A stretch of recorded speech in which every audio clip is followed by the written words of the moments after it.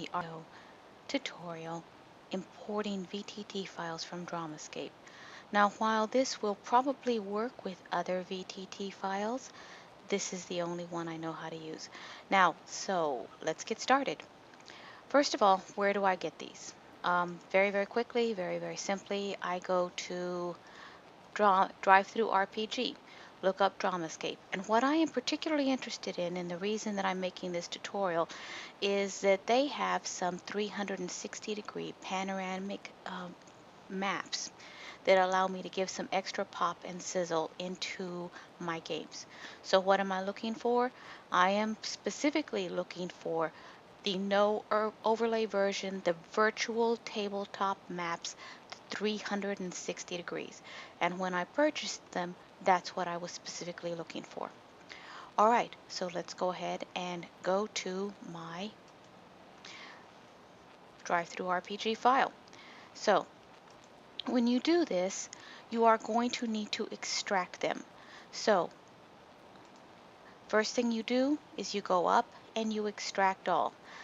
Once you do that, rename it so that it includes the word extracted in it.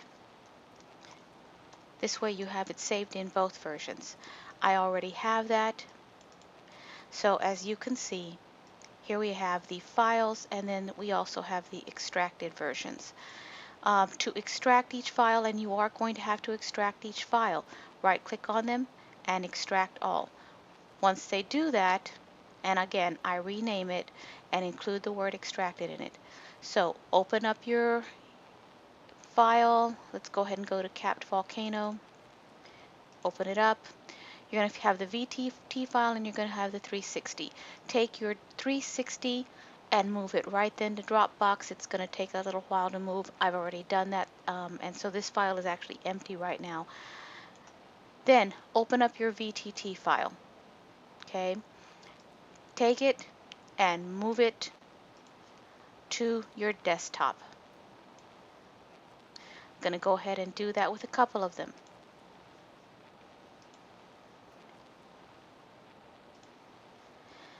And don't want these.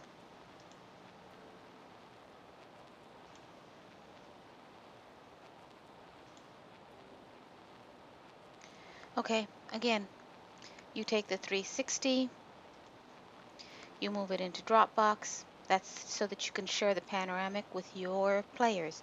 You take the VT file and you move it onto your desktop. Once you do that, you open up GIMP. So File, Open. You look at your files. If they're JPEGs, they still need to be resized so that they are smaller than 1.5 megabytes for the RPGTO table. You look at your study. It is a PNG, so we're going to work with that first, and we are going to open it.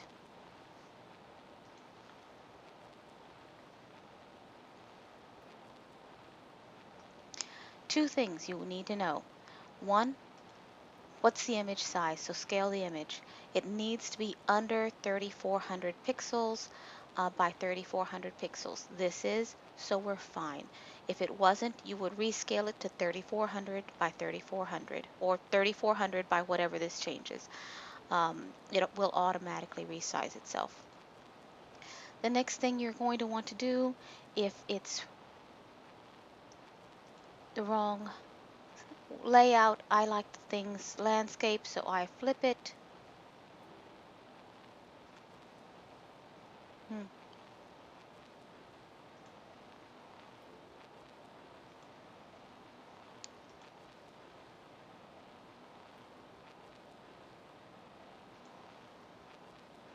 Okay, once I've done that, I can take it, I can export it, and you absolutely have got to change this to a JPEG file.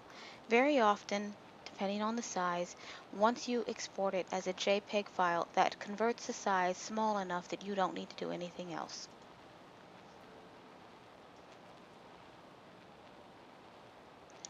So I'm going to go back, I'm going to reopen and see what my JPEG of the study is. Look at the difference in the file sizes. You don't need to do anything else for that. The capped volcano is already a JPEG file and it is 22.3 megabytes. So let's go ahead and open this.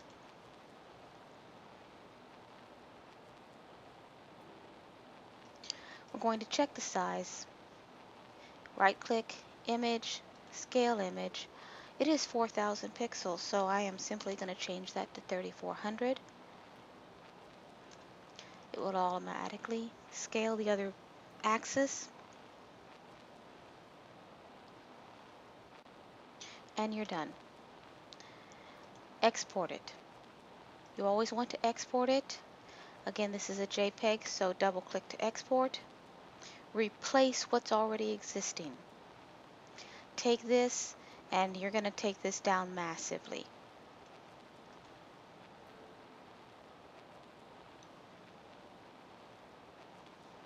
Now I recheck my size, see if I'm still too large. So I'm going to export it again.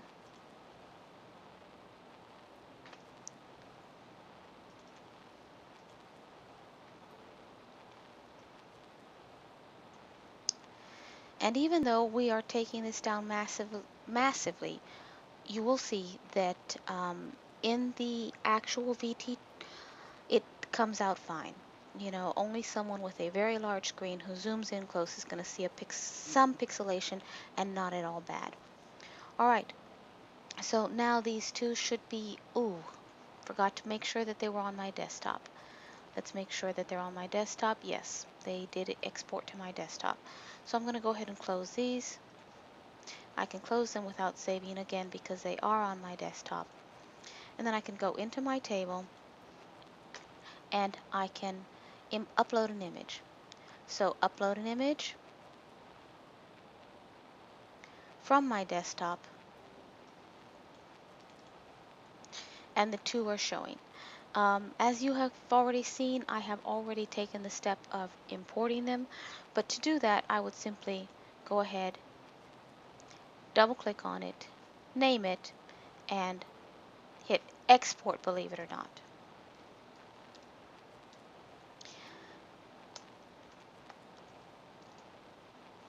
Once I've named it, that button lights.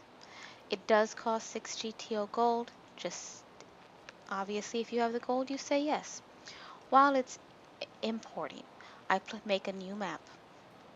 Okay, the image, as you can see, I've got the cat volcano twice. I use it as a map. This is just to show you the process.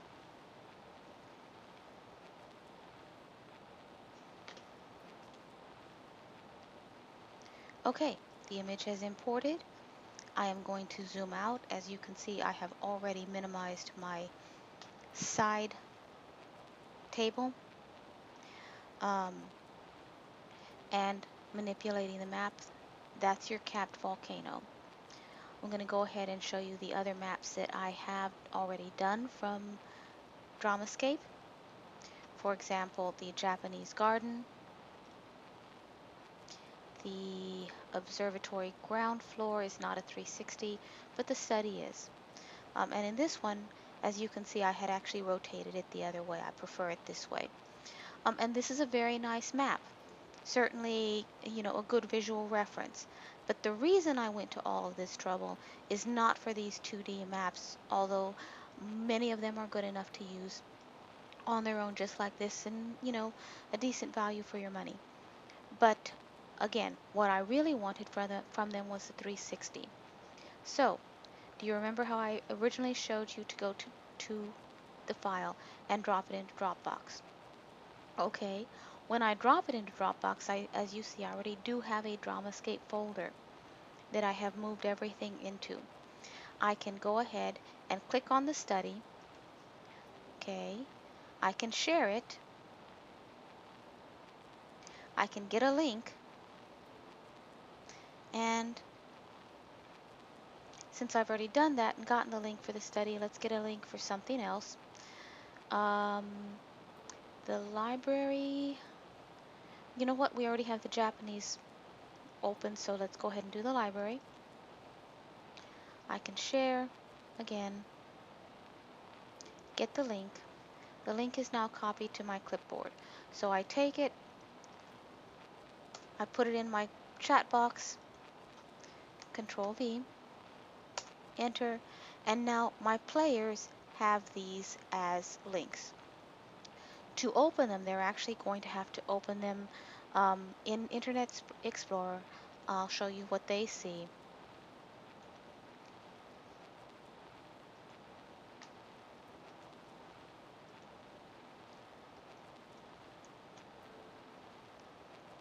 They are going to have to download it.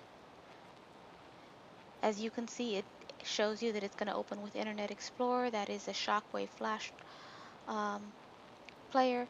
And once you allow the blocked content, as I just did, what you do is you left click on the image and then you slowly scroll your mouse over. So the library is a nice 2D folder. It is a lovely 3D. You can use your mouse wheel to zoom out or zoom in. This gives your players just a really beautiful reference point as you're describing.